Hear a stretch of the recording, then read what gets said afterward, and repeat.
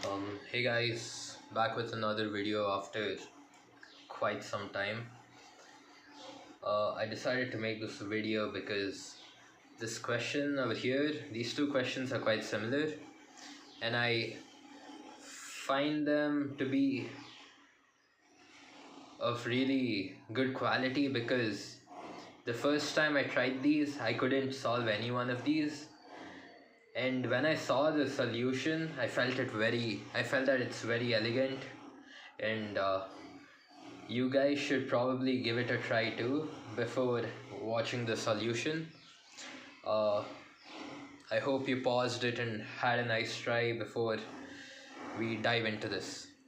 So basically, the question says that there's a function which is defined from all real numbers to all real numbers, and it's differentiable, meaning it has no kinks, no cusps, none of that, and it's continuous everywhere. And it's given by the relation f of x plus 2y is equal to f of x plus f of 2y plus 4xy for all real numbers x and y that belongs to real numbers. uh, for all x and y that belongs to real numbers, and they've asked us to verify a bunch of these conditions.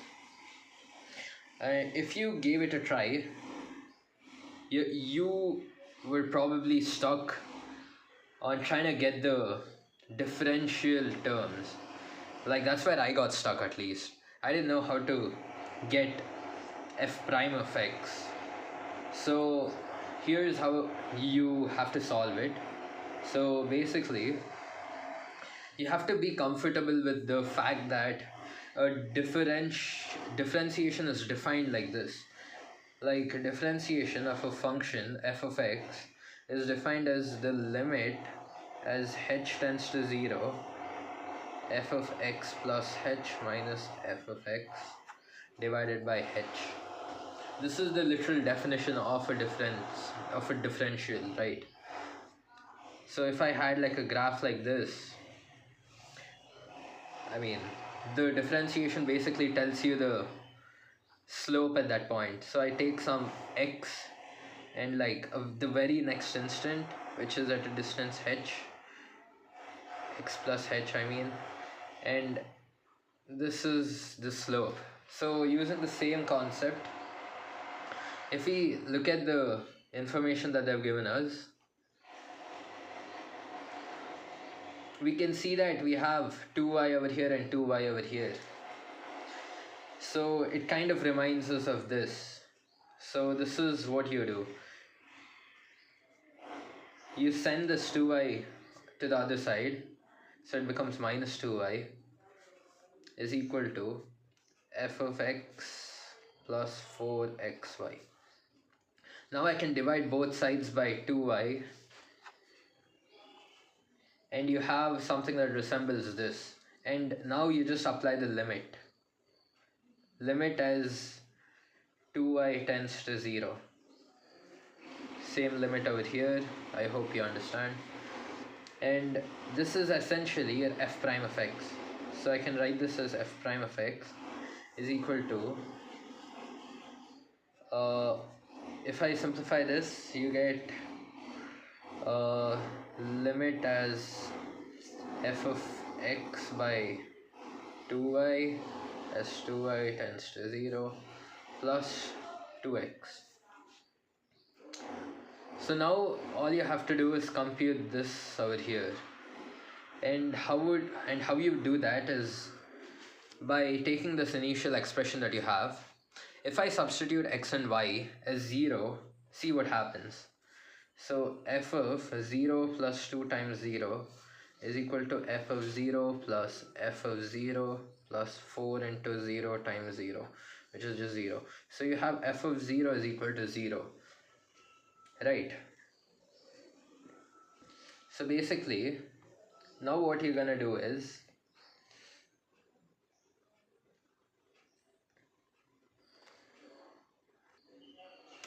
I'm sure you guys must have caught my mistake. This should have been, I should have sent the x term and not the y term. How foolish of me. So don't make such silly mistakes, guys. So it's essentially gonna be limit of f of x plus 2y minus f of x divided by 2y is equal to f of 2y divided by 2y plus 2x. And again, the limit is even applicable for this. I hope you can see the limit that I've written over here.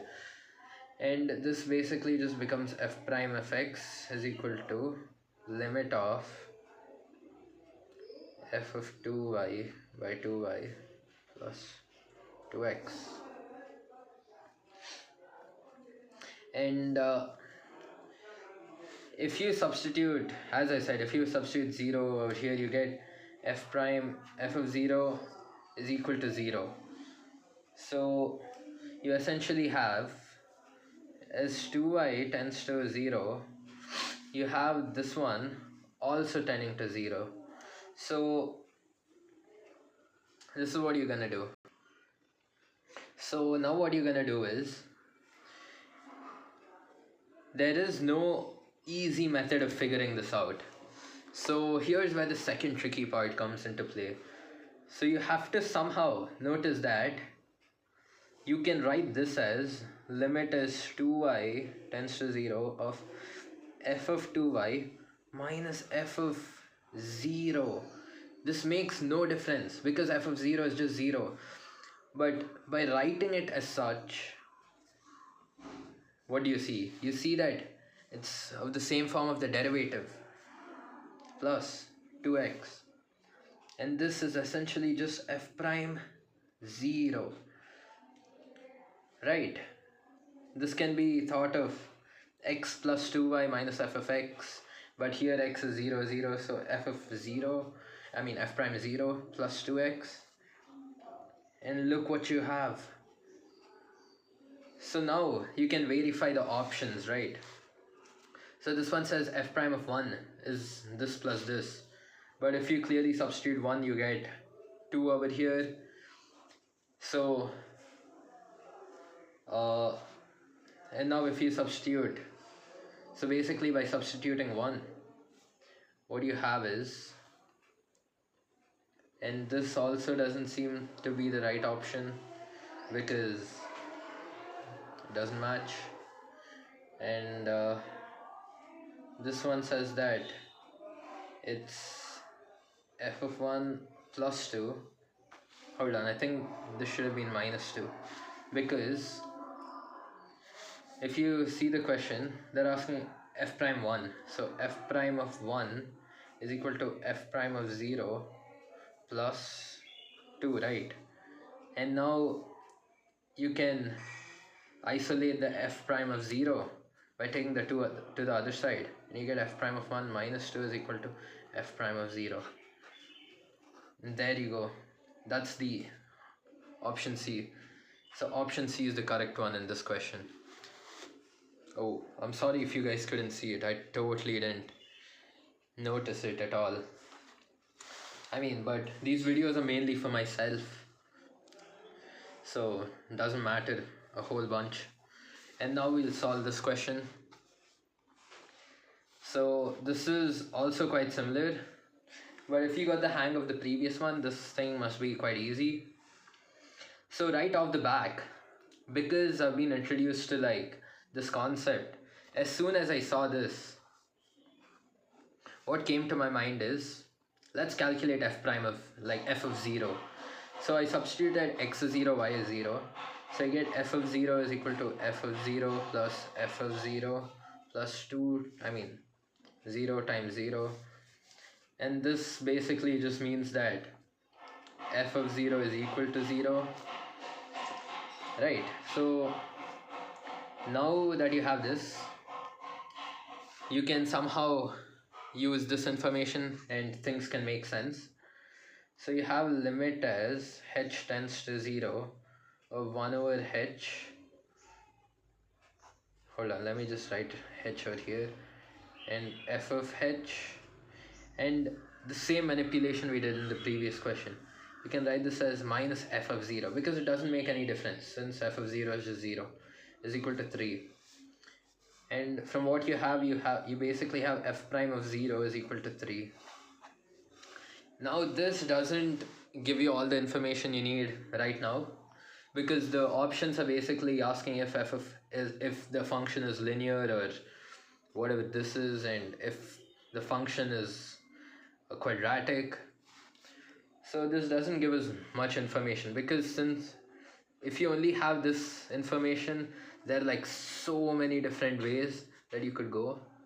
Like this could basically be 5x plus x square plus 4x cube plus 3, and substituting 0 would still make sense. There are like so many like a bunch of polynomials, so like this isn't enough yet. So how would you go further? Now what I'm gonna do is I'm gonna take the x to the other side. So by doing so, this is what I have. So I have f of x plus y minus f of x is equal to f of y plus xy. Now the same thing, I divide both sides by y and I take the limit on both sides. So I have limit as y tends to 0, and this becomes f prime of x is equal to, if you take the limit, this basically becomes limit of, I can again split these into two independent terms, f of y by y as y tends to 0 plus limit of xy by y, this just becomes x as y tends to 0 again. So now with this information I can do a lot more, because I can, if you notice this is the same as limit h tends to 0 of 1 over h f of h, and this value in the question is already given as 3. So I can basically write this as 3 plus, and this basically just gives you x. So I know that f prime of x, the limit wasn't really required since I've already written it as f prime. So this can basically be, so exactly, you know what f prime of x is, and by simple integration on both sides you can get that f of x is essentially just 3x plus x square by 2 plus some constant c. And in order to verify what this constant c is going to be, you can use the fact that f of 0 is equal to 0. So if I try finding f of 0, it should basically be 0 plus 0 plus c. But we know that f of 0 is 0. For this to happen, this implies that c is equal to 0. So essentially what you have is your f of x is equal to x square by 2 plus 3x. And if you see, this option is correct. And this is gonna be wrong. F is not a linear function, because we know that f prime of x is a linear function. And now they're asking us to verify f prime of 1. And I can basically substitute it back into that equation. We know that f prime of x is equal to x plus 3, so f prime of 1 is equal to 4, and that's absolutely correct. Now they're asking, we know that this is wrong, so forget about this. Now we only have to verify option B. So what they're asking us is 2f of 1 is equal to limit of that greatest integer function of limit as x tends to 0 1 plus 2x whole power 1 over x. So we can calculate f of 1, because we know what f of x is. F of x is this. So substituting 1 into this, you get 3.5. So 2 times 3.5 is equal to whatever this is. So now we have to verify this, right? So this is 7 again. So whatever we get inside, we already know that since this greatest integer function is equivalent is equaling 7. If this holds true, this thing should be greater than, I mean, whatever this is, should be greater than 7 but lesser than 8. So now let's just verify this. They're asking us to find the limit as x tends to 0 of 1 plus 2x whole power 1 over x. Now let's just assume that this is sum L. This limit is sum L. So I'll take ln on both sides. Ln of this entire thing is going to give me 1 plus 2x times 1 over x is equal to ln of L. And now we can write this, and now you take the limit. Again, limit is always there, I just keep forgetting to write it. So you can write this is ln. Now let's just assume 2x to be some variable u. So 1 plus u divided by x, and x can be written as, so I divide by 2 and multiply by 2. So this is what I get, into 2 is equal to ln L. Now I can use L'Hopital on this. So by using L'Hopital I get 1 over, and again limit is as x tends to 0. As x tends to 0, even u is tending to 0. So I can write this as limit as u tends to 0 ln 1 plus u by u times 2. And by using L'Hopital on this, because this gives you it's a 0 by 0 form, you basically get 1 over 1 plus u divided by 1. This gives, and substituting u as 0, you basically get 1 by 1, which is 1. So this entire thing is just equivalent to 2. And this 2 is equal to ln of L. And this can be, so like E square is equal to L. And E square is basically the glare here. So 2.71828 times 2.71828. So you get something like 7.38. So L is 7.38.